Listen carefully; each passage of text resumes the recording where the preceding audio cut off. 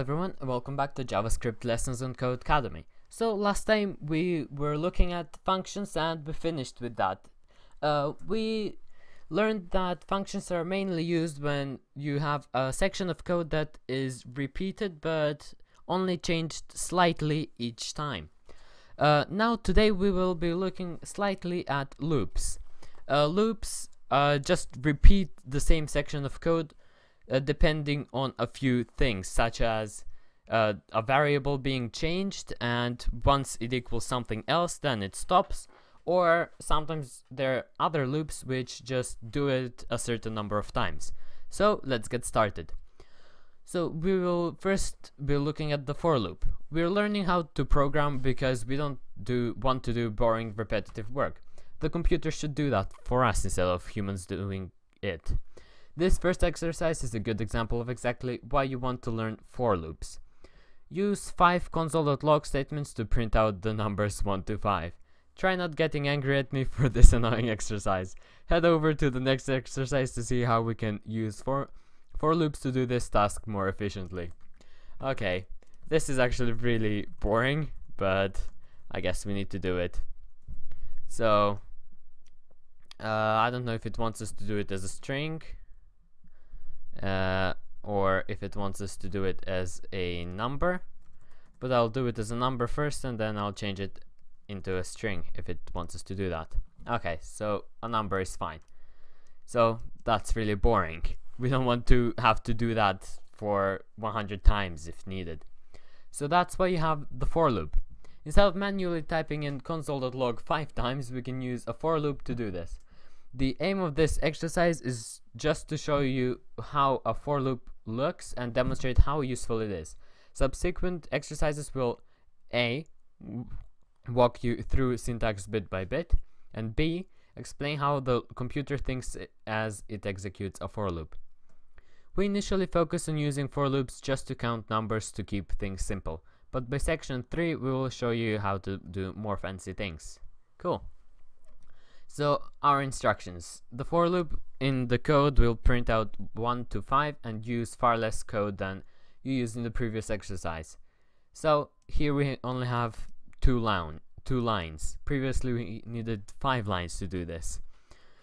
Change the 6 to 11 and press save and submit code. This will see the computer print out 1 to 10. So I'm guessing it's that 11. So save and submit, and instead of having to have 10 lines of code, we did the same thing in only 2 lines, which is a lot more efficient. So let's move on. Or if not efficient, then it's a lot clearer to somebody else. Otherwise you might just confuse somebody and they might ask you, why are you even doing this? Congratulations, you've just run your first for loop. But what you're probably really keen to do is write your own for loop.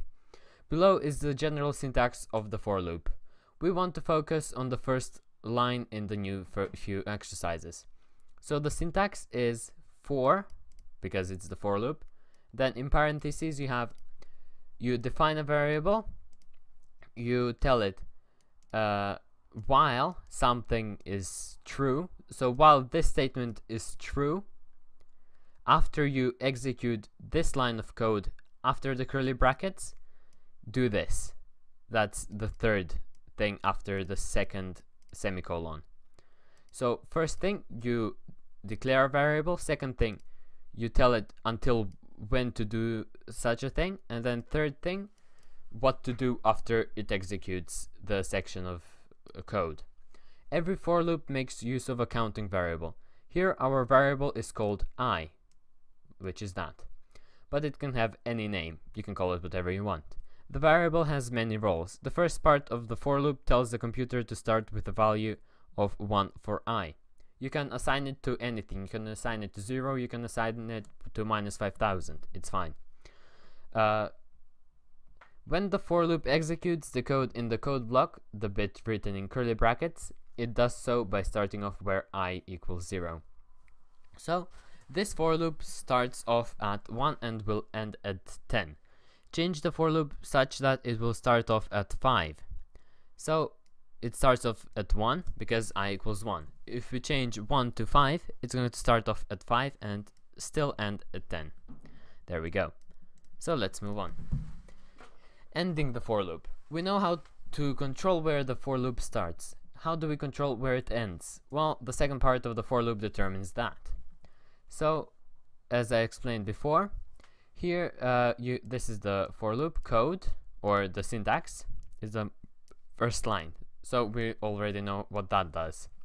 Here, this for loop will keep running until I equals 10, i.e. while I is less than 11. So when I equals 2 or I equals 9, the for loop will run. But once I is no longer less than 11, i.e. it's 11 or more, which it shouldn't ever get to more in this case, the loop will stop. So we know this for loop counts from 1 to 10. Change this for loop such that it starts at 4, which we learned how to do before.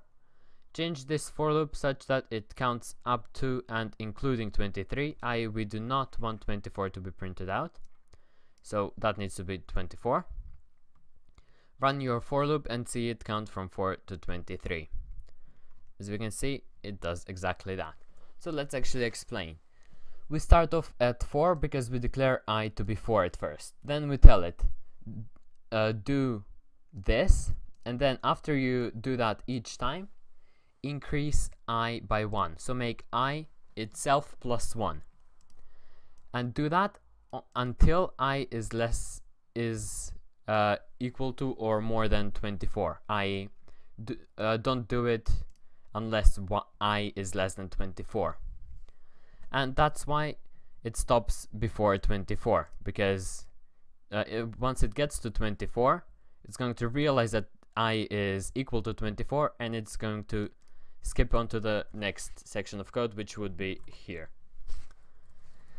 So yeah, if this doesn't make sense, feel free to ask in the comments down below for help, and I will answer your questions as soon as possible.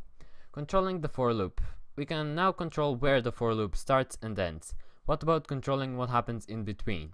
The examples we've looked at have used I equals I plus 1. This has meant we have incremented or increased the variable I by 1 each time after the code in the curly brackets is executed. Rules to learn. A more efficient way to code to increment up by 1 is to write I++, which does the exact same thing as writing I equals I plus 1. B, we decrement down by 1 by writing I minus minus, which is the same as writing I equals I minus 1. C, we can increment up by any value by writing I plus equals x, where x is how much we want to increment by. For example, if you want to increment by 3, you do I plus equals 3, which means I equals I plus 3. We can decrement, so D, we can decrement down by any value by writing I minus equals x.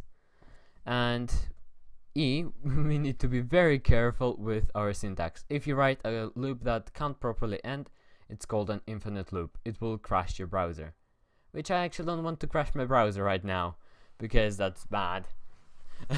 So, okay. In reality, if you're just using a normal compiler, then it's probably just going to never end until you do Ctrl+C, I believe, or whatever it was to stop it, or just force close it. So, okay. This code counts every number from 0 to 35. Cool. Make it start counting from 5, please. Okay, just because you said please. Stop the counting when it prints out 50. So, that needs to be 51. Only count every fifth number. So, we want to increment I by 5.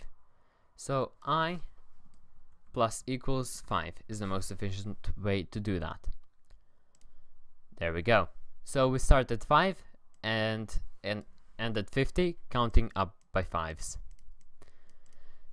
This is because we assign I at first to be 5, and then tell it after each time you run this the code between the curly brackets, increase I by 5, but stop when I is more than 50, or stop when I is not less than 51.